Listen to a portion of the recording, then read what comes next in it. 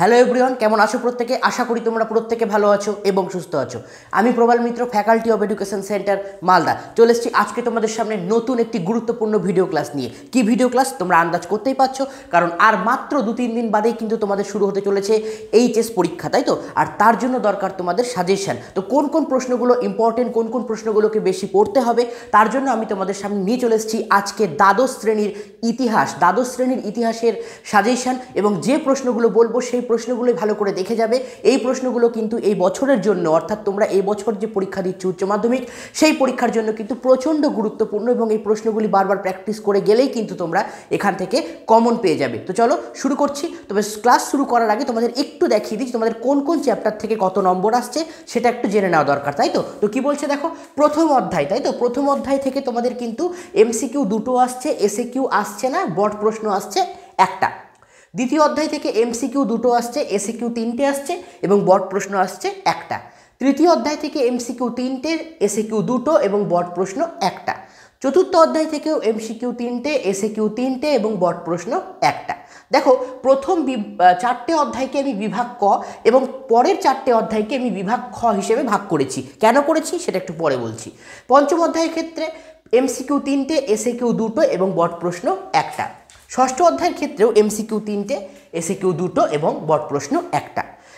সপ্তম অধ্যায়ের ক্ষেত্রেও এমসিকিউ চারটে, এসএকিউ দুটো এবং বট প্রশ্ন আসছে একটা। অষ্টম অধ্যায়ের ক্ষেত্রে এমসিকিউ চারটে, এসএকিউ দুটো এবং বট প্রশ্ন হচ্ছে একটা। এবার 8টা চ্যাপ্টার থেকে কি বট প্রশ্ন আসবে?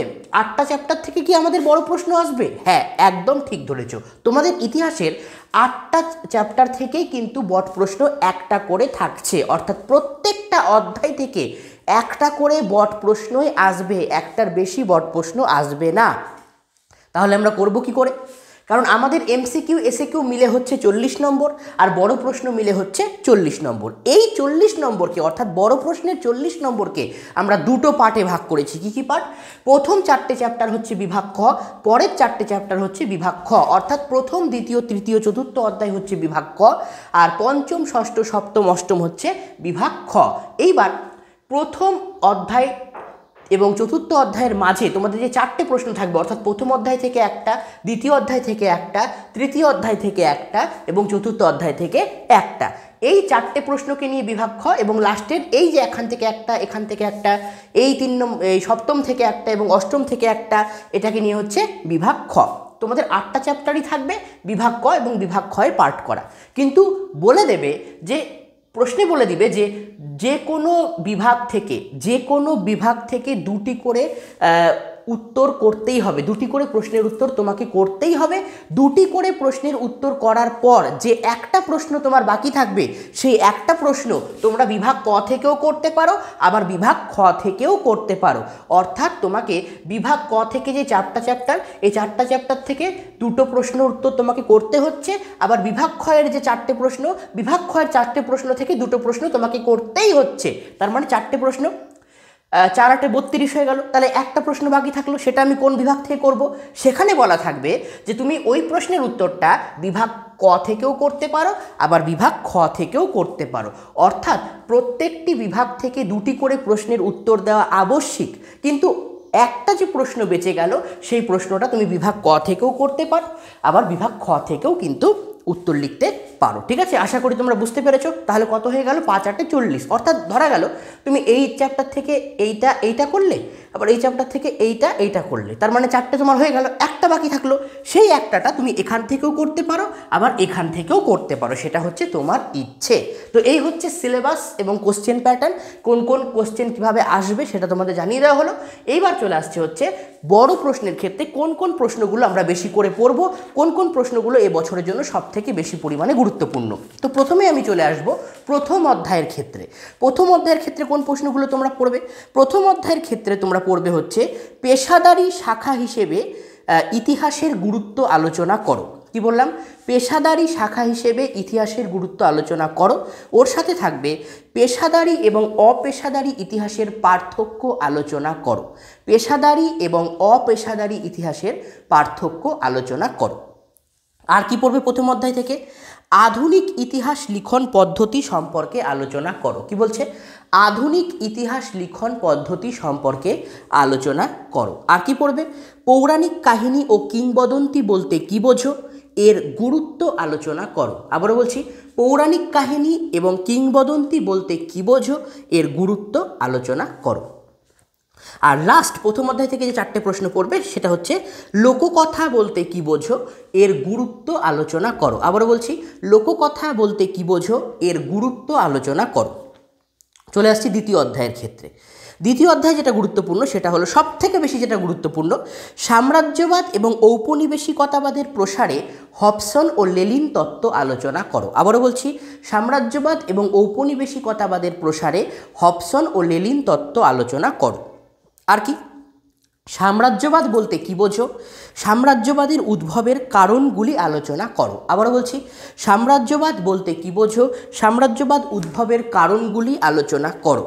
আর কি? 3 নম্বর, নয়া উপনিবেশবাদ বলতে কি বোঝো? উপনিবেশবাদের সাথে সাম্রাজ্যবাদের সম্পর্ক আলোচনা করো। আবারও বলছি, নয়া উপনিবেশবাদ বলতে কি বোঝো?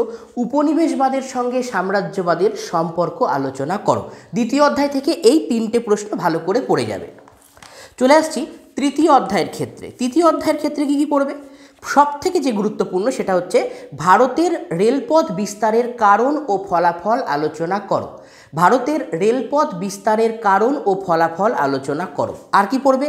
চীনের উপর আরোপিত অসম চুক্তিগুলির পরিচয় দাও। আবারও বলছি, চীনের উপর আরোপিত অসম চুক্তিগুলির পরিচয় দাও।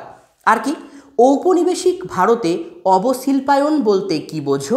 এর ফলাফল আলোচনা করো। আবার বলছি, ঔপনিবেশিক ভারতের অবশিল্পায়ন বলতে কি বোঝো? এর ফলাফল আলোচনা করো। 3টে প্রশ্ন পড়বে, আর একটা লাস্ট পড়বে এই চ্যাপ্টার থেকে। চিরস্থায়ী বন্দোবস্ত ব্যবস্থার উদ্দেশ্য ও ফলাফল বর্ণনা করো। চিরস্থায়ী বন্দোবস্ত ব্যবস্থার উদ্দেশ্য ও ফলাফল বর্ণনা করো। চলে আসছি চতুর্থ অধ্যায়।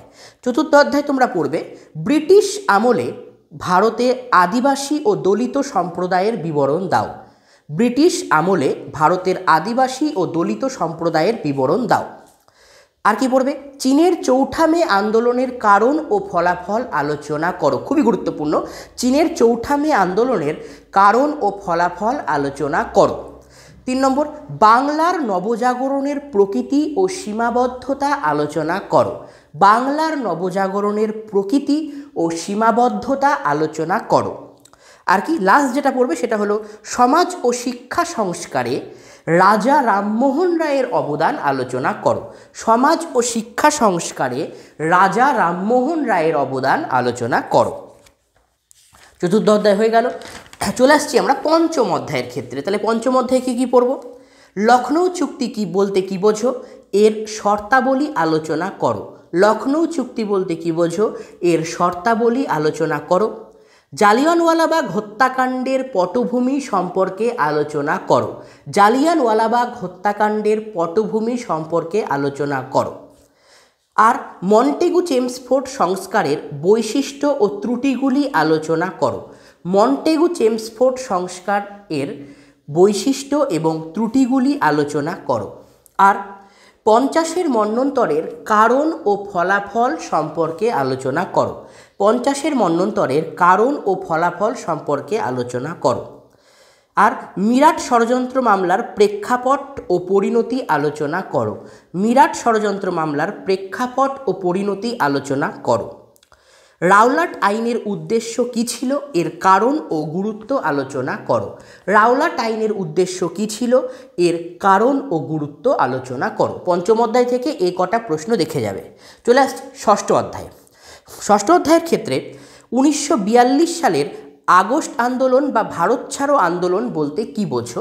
1942-এর আগস্ট আন্দোলন বা ভারত ছাড়ো আন্দোলন বলতে কি বোঝো? এক্ষেত্রে মহিলাদের ভূমিকা কী ছিল? 2 নম্বর, ভারতের স্বাধীনতা সংগ্রামে নেতাজি সুভাষচন্দ্র বসুর অবদান আলোচনা করো। ভারতের স্বাধীনতা সংগ্রামে নেতাজি সুভাষচন্দ্র বসুর অবদান আলোচনা করো। আর কি? মন্ত্রী মিশনের পরিকল্পনা কী ছিল? এর উদ্দেশ্য ও প্রভাব আলোচনা করো। মন্ত্রী মিশনের পরিকল্পনা কী ছিল? এর উদ্দেশ্য ও প্রভাব আলোচনা করো। ব্যাস, এই 3টে প্রশ্ন তোমরা ষষ্ঠ অধ্যায় থেকে পড়ে যাবে। চলে আসছি সপ্তম অধ্যায়। সবথেকে যেটা ইম্পর্টেন্ট সেটা হলো হোচিমিনের নেতৃত্বে ভিয়েতনামের মুক্তিযুদ্ধ সম্পর্কে বর্ণনা করো। হোচিমিনের নেতৃত্বে ভিয়েতনামের মুক্তিযুদ্ধ সম্পর্কে বর্ণনা করো। আর কি, জোট নিরপেক্ষ আন্দোলনের উদ্দেশ্য ও ফলাফল আলোচনা করো। জোট নিরপেক্ষ আন্দোলনের উদ্দেশ্য ও ফলাফল আলোচনা করো। আর কি, ঠান্ডা লড়াই কি এর তাত্ত্বিক ব্যাখ্যা ও ফলাফল আলোচনা করো। ঠান্ডা লড়াই কি এর তাত্ত্বিক ব্যাখ্যা ও ফলাফল আলোচনা করো। আর কি পড়বে, সুয়েজ সংকট কি, এই সংকট ভারতের ক্ষেত্রে কি ভূমিকা নিয়েছিল। সুয়েজ সংকট কি, এই সংকটে ভারতের ভূমিকা কি ছিল। আর পড়বে কি, মাও সেতুং কিভাবে চীনের সমাজতন্ত্র প্রতিষ্ঠা করেছিল। মাও সেতুং কিভাবে চীনের সমাজতন্ত্র প্রতিষ্ঠা করেছিল। আর পড়বে ট্রুম্যান নীতি ও মার্শাল পরিকল্পনা সম্পর্কে আলোচনা করো। 4+4 হিসেবে আসতে পারে। ট্রুম্যান নীতি ও মার্শাল পরিকল্পনা সম্পর্কে আলোচনা করো। চলে আসছে অষ্টম অধ্যায়, শেষ অধ্যায়। এখান থেকে তোমরা কি পড়বে, স্বাধীন ভারতের প্রথম 3টি পঞ্চবার্ষিকী পরিকল্পনার লক্ষ্য ও গুরুত্ব আলোচনা করো। আবারও বলছি, স্বাধীন ভারতের প্রথম 3টি পঞ্চবার্ষিকী পরিকল্পনার লক্ষ্য ও গুরুত্ব আলোচনা করো। 2 নম্বর পড়বে, স্বাধীন বাংলাদেশের উত্থানে শেখ মুজিবুর রহমানের ভূমিকা কী ছিল। স্বাধীন বাংলাদেশের উত্থানে শেখ মুজিবুর রহমানের ভূমিকা কী ছিল। আর পড়বে, ভারতের অর্থনৈতিক উদারীকরণের বৈশিষ্ট্যগুলি আলোচনা করো। ভারতের অর্থনৈতিক উদারীকরণের বৈশিষ্ট্যগুলি আলোচনা করো। আর কি পড়বে, বাংলাদেশের মুক্তিযুদ্ধ সম্পর্কে সংক্ষিপ্ত বিবরণ দাও। বাংলাদেশের মুক্তিযুদ্ধ সম্পর্কে সংক্ষিপ্ত বিবরণ দাও। আর লাস্ট প্রশ্ন পড়বে, স্বাধীন ইন্দোনেশিয়ার জন্ম কিভাবে হয়েছিল। স্বাধীন ইন্দোনেশিয়ার জন্ম কিভাবে হয়েছিল। ব্যাস এই কটা। আমি তোমাদের প্রথম থেকে অষ্টম অধ্যায় পর্যন্ত যে যে প্রশ্নগুলো এই বছরের জন্য গুরুত্বপূর্ণ এই সমস্তগুলো বলে দিলাম। এগুলো বাড়িতে ভালো করে প্র্যাকটিস করো, এগুলো বাড়িতে ভালো করে মুখস্থ করে লেখো, দেখবে এর মধ্য থেকেই তোমরা কমন পেয়ে যাবে। এছাড়াও তো এমসিকিউ এসিকিউতে তোমাদের 40 নম্বর আছে। বাকি 40 নম্বর যেটা আমাদের বড় প্রশ্নের ক্ষেত্রে যেটা আমরা সব থেকে বেশি ভয় পাই সেটা আমি তোমাদের বলে দিলাম। বাড়িতে ভালো করে প্র্যাকটিস করো, অবশ্যই তোমাদের রেজাল্ট ভালো হবে। তোমাদের উচ্চ মাধ্যমিক পরীক্ষার্থীদের জন্য অনেক অনেক শুভকামনা। তোমরা প্রত্যেকে ভালো থেকো এবং সুস্থ থেকো। নমস্কার।